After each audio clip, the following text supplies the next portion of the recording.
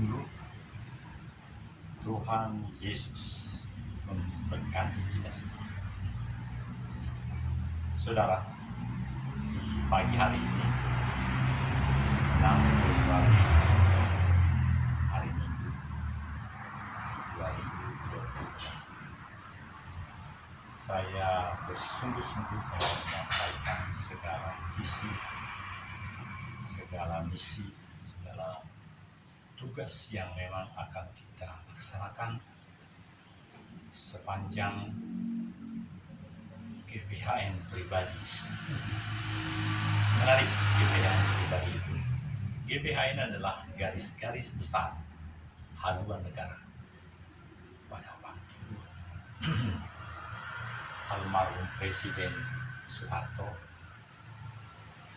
presiden kita, ada GBHN, ada PT Lita. Sekarang GBHN itu tidak ada. Ada RPJM, Rencana Pembangunan Jangka Panjang. Malah ibu kota negara, karena tidak tertulis di dalam RPJM, dikatakan bahwa itu malah dituntut IKN itu di Mahkamah Konstitusi supaya batal. Saudara, saya kurang sependapat dengan mereka yang menyatakan banyak, bahkan banyak juga kawan-kawan yang mengajukan menjadi pemohon atau turut untuk mengajukan ke Mahkamah Konstitusi agar ibu kota negara itu dinyatakan batal. Saudara, saya merasakan bahwa sengaja menurut saya Tuhan mengizinkan orang-orang itu menyampaikan idenya.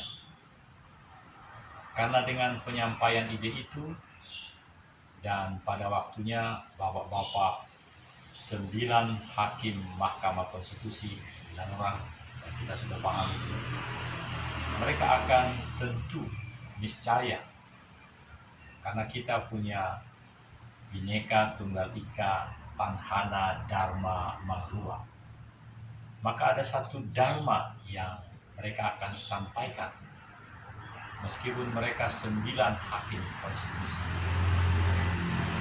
Artinya mereka diberi kewenangan oleh Tuhan juga untuk menganalisis, menyampaikan buah pikirannya dalam sidang-sidang Mahkamah Konstitusi terkait dengan IKN. Pada waktu yang lalu sedemikian rupa yang masalah tenaga kerja itu tetap undang-undangnya berjalan dan kemudian ada perbaikan. Menurut kami di Aroha Tampolore akan demikian juga.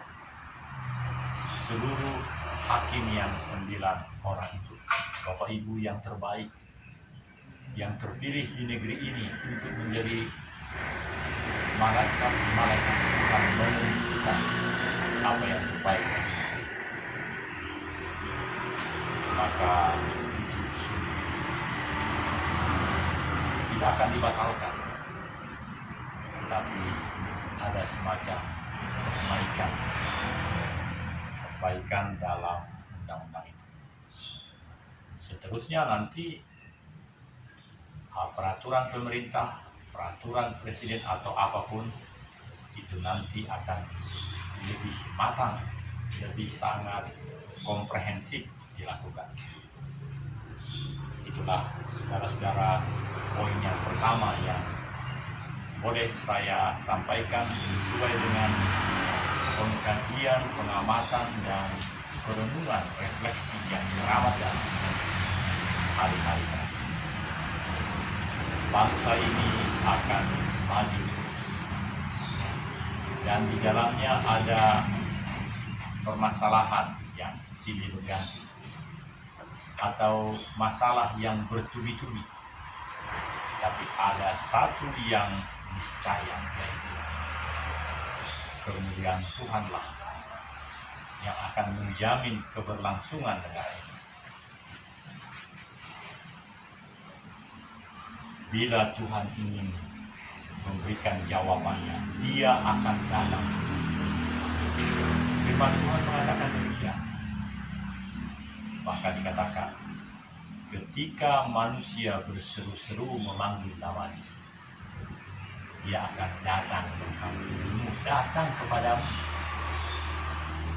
memberitahukan kepadamu segala permohonanmu, segala harapan, segala imanmu, bahkan yang tidak engkau mengerti, yang tidak diketahui orang, akan diberitahukan kepadamu.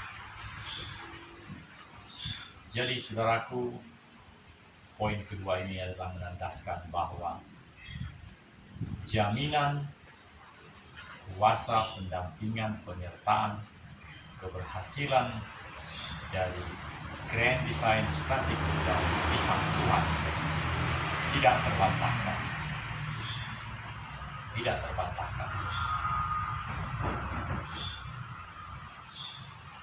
Itu terwujud di dalam sesanti negara kita, terwujud di dalam visi negara kita. Bhinneka Tunggal Ika, Tanhana Dharma Marta. 6 kata ini hampir mirip dengan apa yang kita telah katakan terdahulu, yaitu keniscayaan dari hadirnya kuasa pertolongan Tuhan itu terus-menerus ada. Itu available. Saya terkesan dengan segala pelayan-pelayan sekarang. Selalu ada available penawaran yang terbaik di hari ini. Nah, itu kalau di suasana bisnis, jadi ditawarkan, tinggal yang bersangkutan mau memilih itu atau tidak. Sedangkan dari pihak Tuhan, saudara, Uma Ina di Lori, di 6 Lori kecamatan saudara, di 5 kecamatan di Kabupaten Sigi, kita adalah satu dharma, satu keutamaan. Itu sebabnya pemerintah Republik Indonesia berdasarkan Undang-Undang Konservasi Sumber Daya Alam Hayati dan Ekosistem. Undang-undang itu diturunkan di dalam peraturan pemerintah yang bernama wilayah atau penetapan wilayah hutan lindung tahun 2017. Dirapatkan pleno oleh DPRD Palu, DPRD Poso, DPRD Kabupaten, kedua kabupaten, dan itu diteruskan lagi menjadi ratifikasi pernyataan Republik Indonesia kepada PBB, kepada dunia, bahwa Indonesia meratifikasi segala undang-undang tentang undang-undang dunia tentang perbaikan perubahan iklim, dan menyatakan dengan dasar Undang-Undang Connect meratifikasi segala ketentuan Paris terkait dengan perubahan iklim, kerusakan bumi, karbon, dan berbagai hal yang sangat rinciannya begitu mengakar kepada perbaikan perawatan bumi. Oleh karena itu, di hari Minggu pagi ini, kami mendorong semua di 11 kecamatan itu, semua umat, semua ina, ada silaturahmi dengan kami. Memang kalau kita melihat perkembangan, ketika Undang-Undang Konservasi Sumber Daya Alam Hayati dan Ekosistem ini dikeluarkan bersama dengan Undang-Undang Otonomi Khusus Papua, Otsus Papua, dan sekarang tahun 2022, setelah hampir 20 tahun lebih, kenyataannya sekarang adalah meskipun di awal ketika undang-undang itu dikeluarkan hanya 1 Papua, sekarang 2 Papua. Provinsi Papua dan Provinsi Papua Barat, kotanya di Manokwari. Bahkan 10 tahun ke depan, oleh karena lokasi dan luar biasanya sumber daya alam yang ada di sana, itu bisa seperti Sulawesi. Sulawesi kami 5 provinsi. Sumatera berapa? Sumatera 5. Aceh, Medan, ada 5, 7 barangkali ya. Lampung, Sumbangken. Artinya saudaraku, 34 provinsi itu terbagi-bagi di pulau-pulau besar ini kan. Dan laut juga menjadi bagian dari provinsi-provinsi. Jadi pulau atau kepulauan Papua, Kepala Burung dan semuanya itu sekarang masih 2 provinsi. Manusianya memang sedikit, tapi akan tiba saatnya ada pemerataan. Dan yang akan terjadi adalah bisa jadi idealnya lokasi yang begitu luas, manusia yang makin bertambah, sumber daya alam yang luar biasa besarnya. Bisa seperti Sumatera yang lebih dari 6 provinsi, Sulawesi 5, kami di Sulawesi. Artinya kembali kepada undang-undang mereka. Jadi ada rasa kesatuan, persatuan, hubungan batin di antara 5 kecamatan di Sigi, 6 kecamatan di Lore.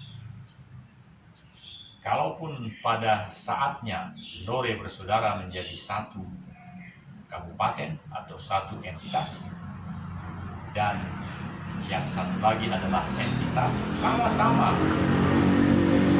dilindungi oleh undang-undang mereka, tapi hubungan batin itu niscaya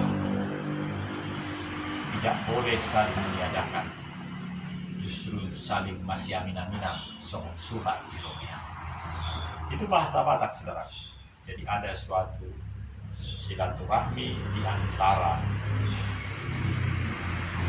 yang dilahirkan itu anak kembar itu.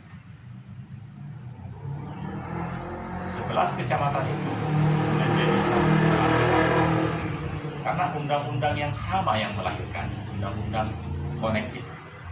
Maaf saya singkat. Konek, konservasi sumber daya alam hayati dan ekosistem. Dilahirkannya wilayah yang 11 kecamatan itu. Dan kedua kabupaten itu menyetujui DPRD-nya. Provinsi juga menyetujui. Maka jika memang sangat segera diharapkan 6 Lore bersaudara, 6 kecamatan Lore bersaudara menjadi mengembang sedemikian rupa, makin maju masyarakatnya. Harapan kita tentu yang 5 juga maju, masing-masing membawa kemajuan. Karena itu memang yang menjadi keniscayaan di seluruh Nusantara. Saudara-saudara, yang namanya ibu kota negara di Pasir Penajam, yang baru-baru ini bupatinya dan beberapa orang telah ditahan 20 hari akibat dari tangkap tangan terkait dengan pelanggaran undang-undang KPK. Maka sesungguhnya kita adalah orang yang sangat dekat dengan kota yang akan datang. Hanya dipisahkan teluk antara Pulau Kalimantan dan Pulau Sulawesi. Bahkan kalau dengan pesawat garis lurus selama ini, bahkan dari Bandara Mutiara Sis Al Jufri telah sering pesawat yang ke bandara dekat IKN. Jadi ini saatnya kita boleh makin berubah menjadi desa-desa digital. Desa-desa yang masyarakatnya makin merasakan kemuliaan Tuhan di tempat itu. Dengan hal itu, maka kemajuan yang melampaui pikiran-pikiran seperti yang biasa akan kita dapatkan. Kita maju karena kebersamaan kita. Maju pribadi-pribadi harus maju. Kebersamaan yang makin maju, tapi juga keseluruhan kemajuan itu, karena payung yang awal adalah Undang-Undang Republik Indonesia perihal konservasi sumber daya alam hayati dan ekosistem, lalu diturunkan menjadi peraturan pemerintah penetapan wilayah konservasi itu yang diterangkan di dalam dokumen negara 13 halaman. Ada bisa diklik di BPH, Badan Hukum Nasional, Badan Pusat Hukum Nasional. Semua undang-undang itu ada di sana, peraturan pemerintah. Maka mari kita bersama merasakan sebagai anak kembar. Kita dilahirkan, paru-paru dunia ini dilahirkan oleh berbagai perundang-undang, undang-undang konek, peraturan pemerintah tentang wilayah penetapan hutan lindung ini, persetujuan setiap DPRD kabupaten maupun provinsi, ratifikasi DPR RI yang telah disampaikan ke seluruh dunia dan pihak-pihak yang memang harus menanggulangi perbaikan dunia ini. Dan kemudian sekarang kita berada pada G20, negara-negara yang menjadi Dewan Perwakilan Masyarakat Dunia, Dewan Perwakilan Permusyawaratan Masyarakat Dunia, untuk menentukan, menyelenggarakan security, intelligence, dan segala hal-hal yang menjadi nilai-nilai kestabilan dunia sampai pada 29 Oktober tahun ini di Bali. Dewan Perwakilan Permusyawaratan Masyarakat Dunia yang diwakili oleh 20 negara, dipimpin oleh Insinyur Joko Widodo, Presiden kita, menetapkan oleh karena kenyamanan semua ini dan bukti-bukti yang terlihat, termasuk di tempat kita. Tempat kita adalah anak kembar yang disebut dengan Kabupaten Konservasi, seturut dengan kemauan kita. Apakah kemauan kita langsung Kabupaten Konservasi Tampolori? Dan di sebelahnya, apa namanya? Kita biarkankah mereka tidak mempunyai rasa nyaman dengan kelahirannya bersama kita adalah anak kembar? Setiap anak kembar itu, saudara-saudara, pasti mempunyai hubungan yang sangat harmonis dengan saudara kembarnya. Kalau begitu, mari kita makin menyusuri langkah-langkah, memikirkan langkah-langkah, bagaimana kita menikmati desa-desa digital yang dicanangkan, menikmati segala produk-produk yang kita hasilkan dari kintal-kintal kebun yang sudah kita lakukan. Saya teringat kemarin TT Gustav Gai, TT Valen, beliau sedang basemprot rumput sebab akan ditanam jagung. Diberkatilah jagung. Saya mendengar penelitian bahwa bila diselenggarakan dengan cara organik memang lebih mahal karena harus ditraktor dan lain-lain. Tapi dengan semprot langsung mati semua rumput kan. Tapi dia nunggu lagi. Oleh karena itu kita perlu berpikir garis-garis besar yang harus kita dapatkan dalam ini. Kalau memang kita merancang untuk hasil yang jangka panjang, tentu kita mau untuk yang organik. kintal-kintal kawan-kawan di Blora, Jawa Tengah. Mereka mendapat sertifikat dari Jerman bahwa ladang-ladang mereka adalah yang organik. Dan memang terlihat betul, hasilnya jauh lebih lama dan lebih besar. Lama dan besar. Mana yang kita suka? Lama dan lebih besar, sehingga anak cucu kita nanti menikmati, atau cepat-cepat saja. Memang cepat kita mendapat, tetapi nilainya sebentar. Dari kediaman kami, rumah kami di Bandung, sampai jumpa di minggu kedua Februari 2020 sampai berjumpa. Perjumpaan onsite, tetapi online juga terus-menerus. Dari channel Aroha Tampolore, full supporting G20, successful for Indonesia, for the rest of the world. Thank you, bye-bye. Opu Harold Tobu Sinaga. Sampai jumpa. Selamat hari Minggu.